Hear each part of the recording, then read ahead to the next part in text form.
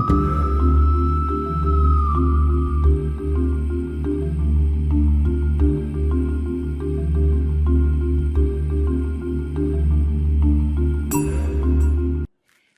लिए हो मंगलमय नव वर्ष का एक एक पल, भविष्य स्वर्णिम और सुखद हो, सबके लिए हो उज्जवल कल।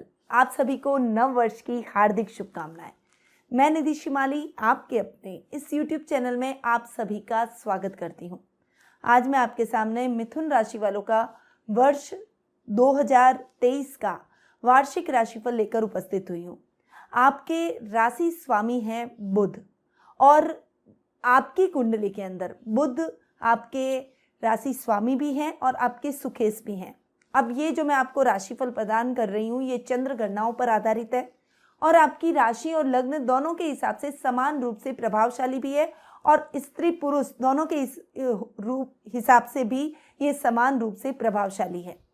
देखिए, आपकी जो केंद्र स्थान 4 है उसमें आपके लग्नेश और सुखेश हैं बुध और आपके कर्मेश और सप्तमेश हैं गुरु, यानी 4 केंद्र स्थान के स्वामी 2 ही हैं, वो है गुरु और बुध। अब सबसे पहले वर्ष की प्रारंभ की कुंडली पर आते हैं और उसके बारे में जान लेते हैं कि क्या वर्ष की शुरुआत में ग्रहों की स्थिति रहेगी। तो आपकी कुंडली के अंदर राहु आपके लाभ भाव में बैठेंगे और केतु आपके पंचम भाव में विराजमान होंगे। मंगल आपके द्वादश स्थान में यानी खर्च स्थान में जाकर विराजमान रहेंगे। वहीं सूर्य और बुध का बुधादित्य योग आपके 7th हाउस में यानी सप्तम भाव में बनेगा। शुक्र और शनि की युति आपके अष्टम भाव में देखने को मिलेगी और गुरु हंस नामक महापुरुष योग बनाते हुए आपके कर्म भाव में विराजमान रहेंगे। तो ये है साल के शुरुआत की कुंडली। अब सबसे पहले आपके राशि स्वामी की बात करते हैं, क्योंकि किसी भी राशि पर उसके स्वामी का सबसे पहले प्रभाव देखने को मिलता है और सबसे ज़्यादा प्रभाव देखने को मिलता है। और वैसे भी आपके राशि के लिए तो बुध आपके लग्नेश और सुखेश दोनों हैं, यानी इन दोनों स्थानों को प्रभावित करेंगे। तो बुध वर्ष पर्यंत धनु से वृश्चिक राशि में गोचर भ्रमण करेंगे। बुध 16 मार्च से लेकर 31 मार्च तक अपनी नीच की राशि मीन में गोचर भ्रमण करते हुए दिखाई देंगे, यानी वहां पर विराजमान रहेंगे।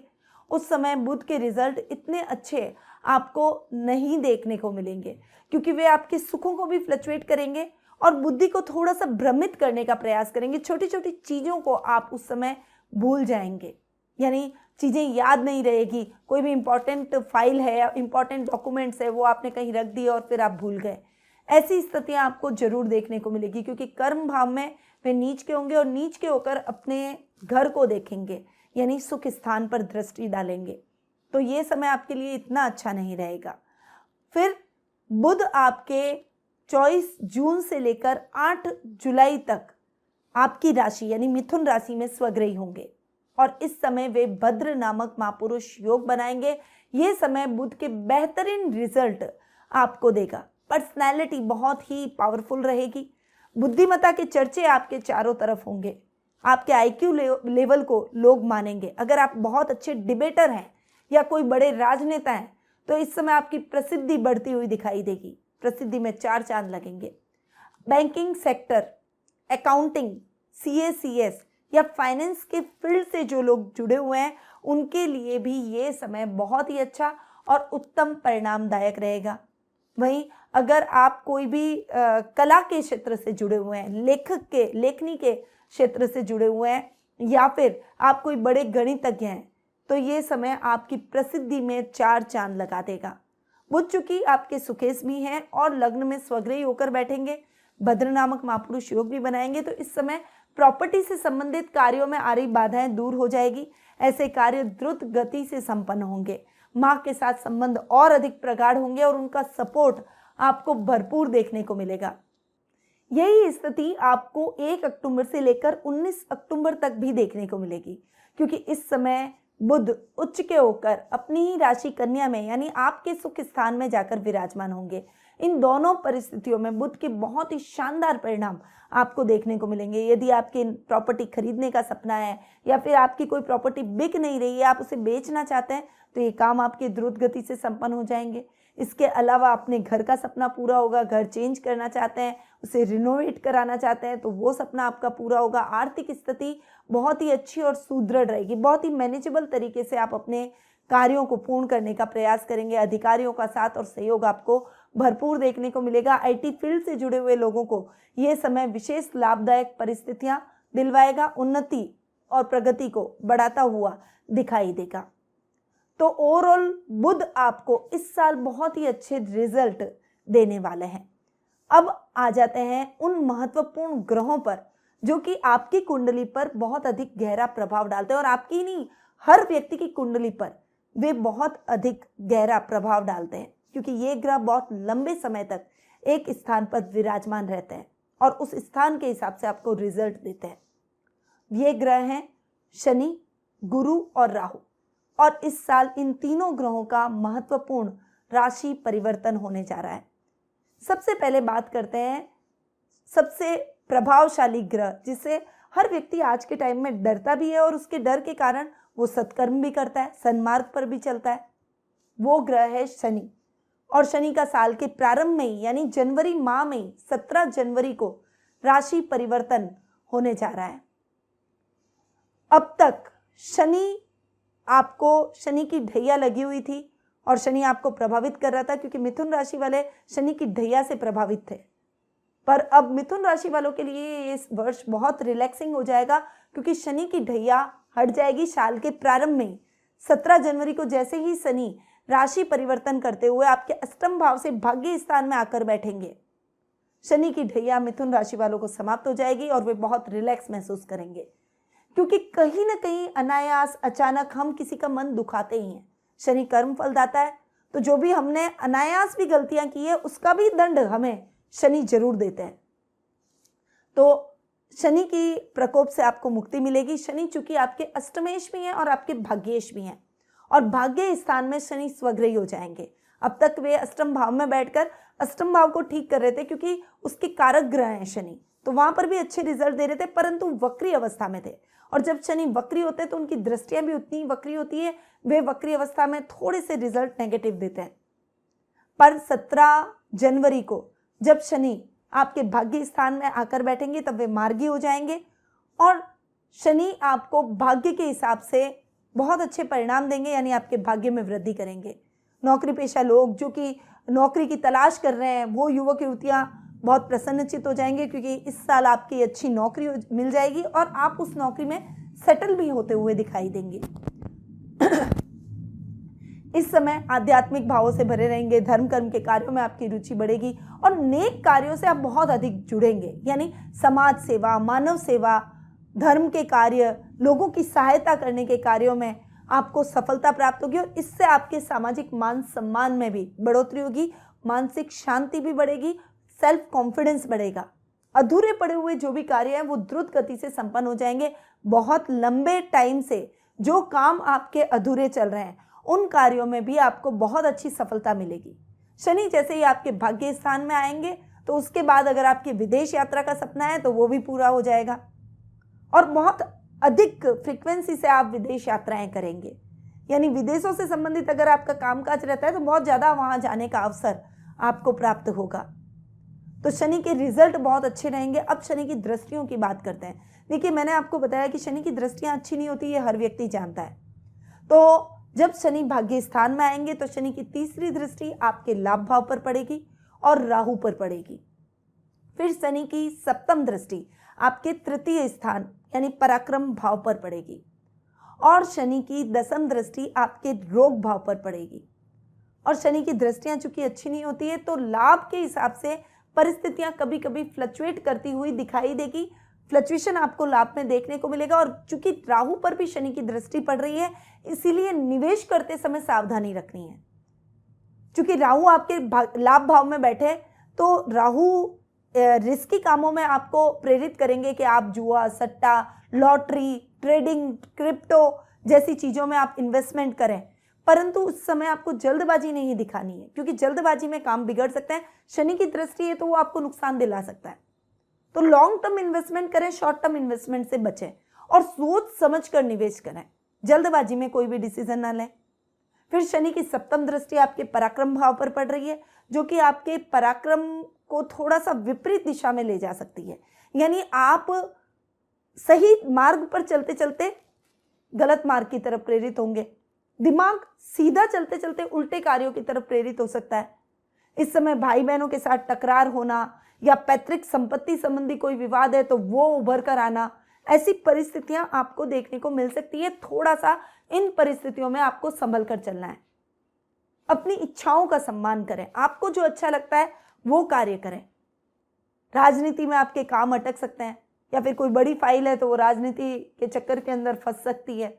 इसलिए ऐसी चीज़ों से यानी राजनीति से भी आप जितना दूर रहेंगे या फिर संभल कर रहेंगे उतना ही आपके लिए ठीक रहेगा। शनि की दशम दृष्टि आपके रोग भाव पर पड़ेगी। हालांकि षष्ठम भाव इतना अच्छा नहीं है, तो शनि की दृष्टि है तो वो उल्टा उस भाव को थोड़ा ठीक करेगी। पर इस समय हड्डी से संबंधित प्रॉब्लम हो सकती है, मांसपेशियों से संबंधित कुछ समस्या हो सकती है, यानी मसल्स पेन बढ़ सकता है। कोई भी भारी सामान उठाते समय सावधानी रखें, वाहन चलाते समय सावधानी रखें।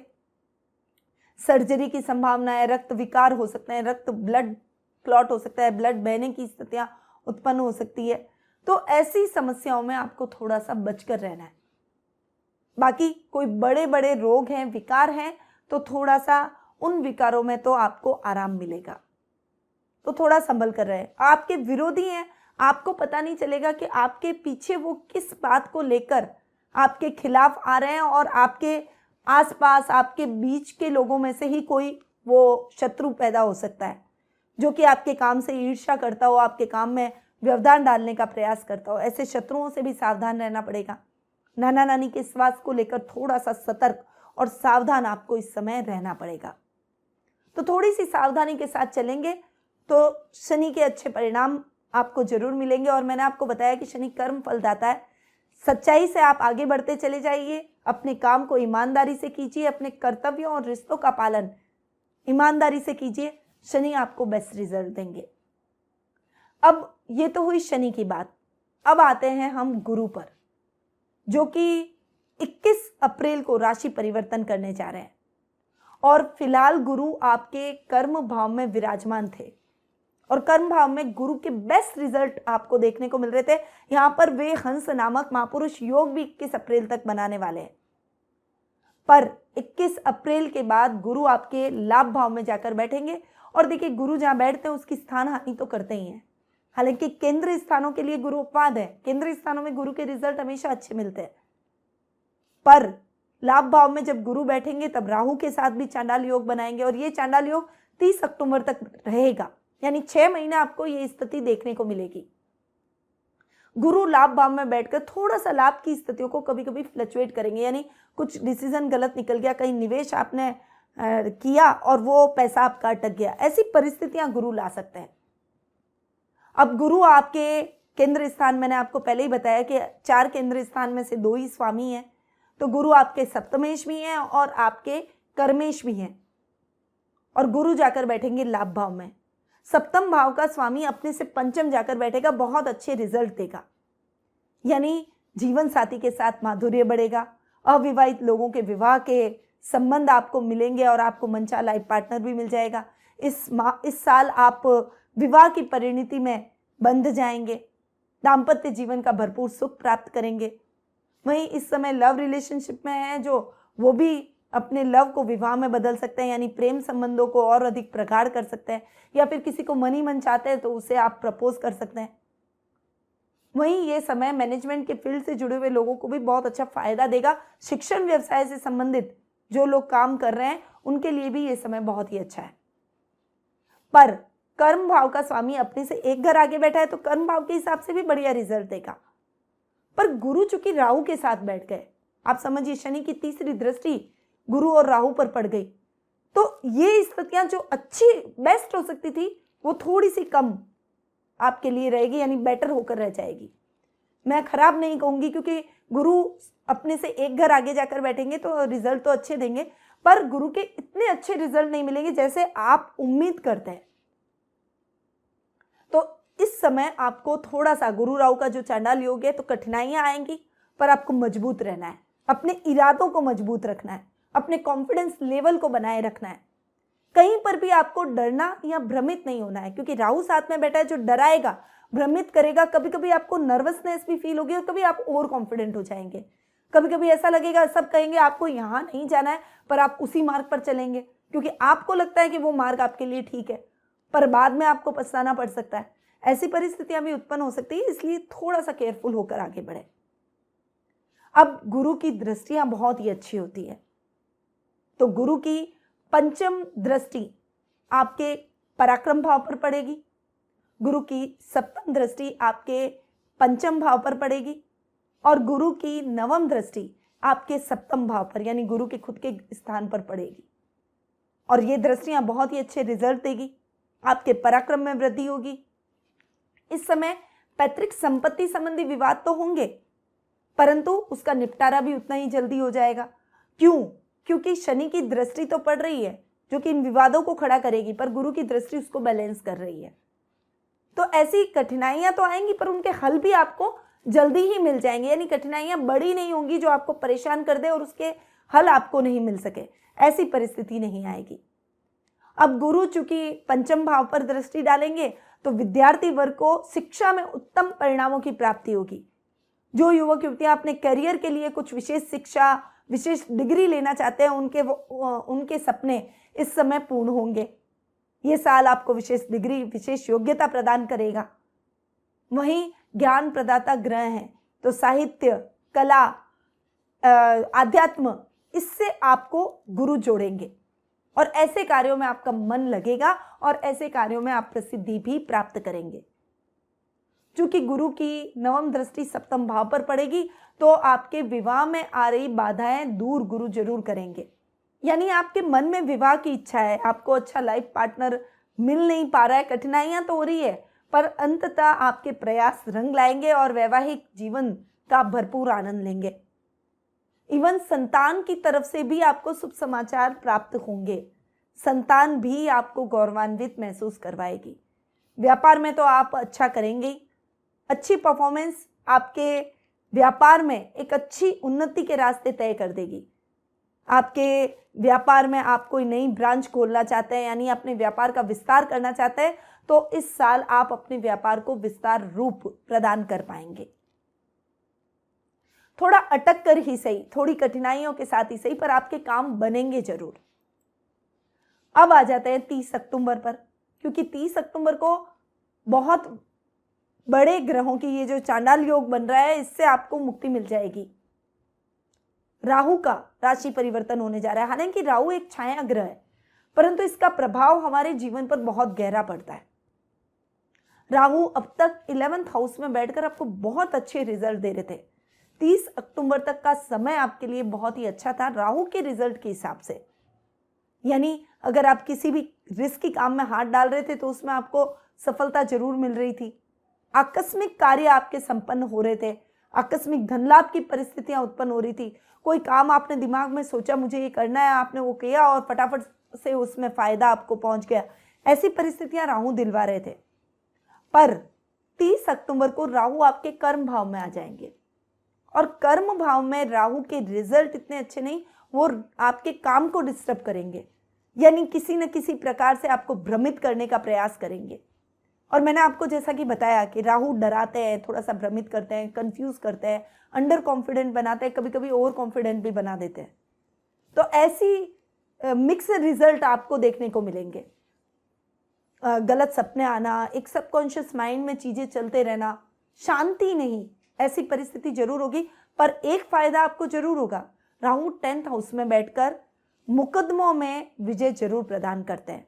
तो यदि आपके खिलाफ कोई कार्रवाई हो रही है, कोई झूठे आरोप लगे हुए हैं, कोई कोर्ट केस चल रहा है और उसका फैसले का इंतजार आप बहुत लंबे टाइम से कर रहे हैं, तो अब उसका फैसला आपके पक्ष में जाएगा। तो ये रिजल्ट राहु के बहुत ही अच्छे और बेस्ट आपको देखने को मिलेंगे। तो राहु कहीं ना कहीं आपको अच्छे और बुरे दोनों वक्त के परिणाम आपको प्रदान करेगा। तो ये साल का मोटा मोटा मिथुन राशि वालों का ये प्रेडिक्शन है कि ये वर्ष 2023 आपके लिए कैसा रहेगा। और वैसे मिथुन राशि वालों का मैं देख रही हूँ कि वर्ष 2023 बहुत ही अच्छा और उत्तम परिणामों से भरा रहेगा। पर अब ये जो मैंने आपको साल का ये राशिफल दिया है, इसके हिसाब से आपको कुछ उपाय भी करने चाहिए जो कि इस साल को और भी अधिक सफलतादायक बना सके। तो अब क्या उपाय आपको करने चाहिए? सबसे पहले तो देखिए, आपको राहु के उपाय जरूर करना है। गुरु राहु के चांडाल योग के उपाय जरूर करना है, क्योंकि गुरु राहु का पहले चांडाल योग बनेगा जो कि गुरु के रिजल्ट को थोड़ा इफेक्ट कर सकता है। तो चांडाल योग निवारण पूजा आप करा सकते हैं, इस चांडाल योग का निवारण करा सकते हैं। किसी अच्छे पंडित से आप विधि विधान से इस योग का निवारण जरूर करवाएं। वहीं अपने पूजा कक्ष में गुरु राहु चांडाल योग निवारण यंत्र को स्थापित करें और इसके नित्य प्रति दर्शन करें। अगर हो सके तो गुरु के और राहु के मंत्रों का जाप करें। गुरु के मंत्रों का जाप आपको दिन में करना है, यानी प्रातः काल में करना है स्नान आदि करने के बाद, और राहु के मंत्रों का जाप आपको सूर्यास्त के बाद करना है। फिर राहु के रिजल्ट, चूंकि कर्म भाव में राहु बैठ रहे हैं, कहीं ना कहीं आपको भ्रमित जरूर करेंगे। तो कुत्ते को तेल से चुपड़ी हुई रोटी जरूर खिलाएं। तेल ज्यादा ना लगाएं, और अगर तेल हो सके कड़वे तेल का अगर आप उपयोग करें, यानी सरसों का या तिल्ली का तेल हो, तो वो ज्यादा बेटर है। और वो भी गली के कुत्ते को, आपका खुद का कोई पाला हुआ कुत्ता नहीं होना चाहिए। इसके अलावा आपको पशु पक्षियों के लिए दाने पानी की व्यवस्था करनी चाहिए।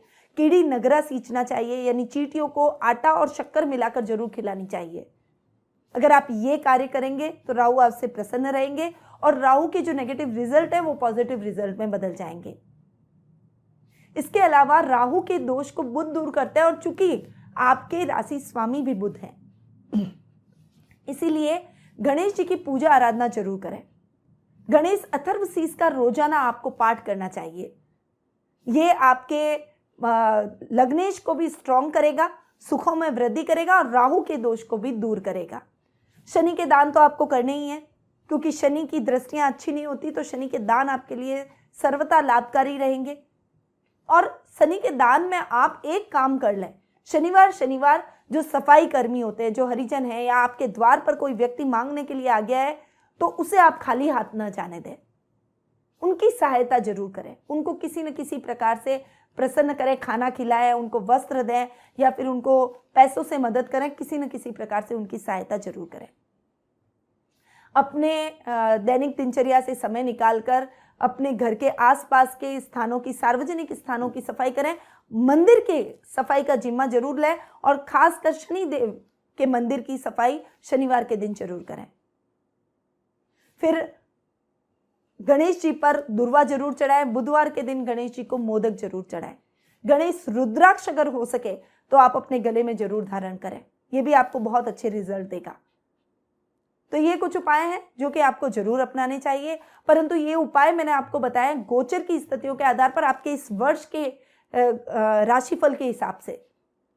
पर क्या आप अपनी जन्म कुंडली से संबंधित कुछ प्रश्नों के उत्तर मुझसे प्राप्त करना चाहते हैं, या आपके जीवन में कोई समस्या चल रही है जिसका हल आप ढूंढ रहे हैं, या फिर आपके विदेश यात्रा का सपना है, जैसे आपका वीजा अटका हुआ है तो वीजा की प्रॉब्लम कब सॉल्व होगी, विवाह नहीं हो पा रहा है, संतान सुख से वंचित हैं, आर्थिक रूप से फ्लक्चुएशन आपके जीवन में चलता रहता है, रोग आपके जीवन में आ गए और खत्म होने का नाम ही नहीं ले रहे। अगर ऐसी कुछ समस्याएं आपके जीवन में चल रही है, या फिर आपके मन में कोई प्रश्न है जिनके उत्तर आप प्राप्त करना चाहते हैं, तो टेलीफोनिक अपॉइंटमेंट और पर्सनल मीट के माध्यम से मुझसे कुंडली विश्लेषण का लाभ प्राप्त कर सकते हैं। अधिक जानकारी के लिए स्क्रीन पे दिए गए नंबरों पर जरूर संपर्क करें। अब मैं अपनी वाणी पर यहीं विराम देती हूँ। ये साल आपके लिए उत्तम सफलता लेकर आए। अच्छे स्वास्थ्य के साथ आप अपने जीवन में उन्नति और तरक्की के रास्ते तय करते चले जाएं। इन्हीं शुभकामनाओं के साथ निधि शिमाली का नमस्कार।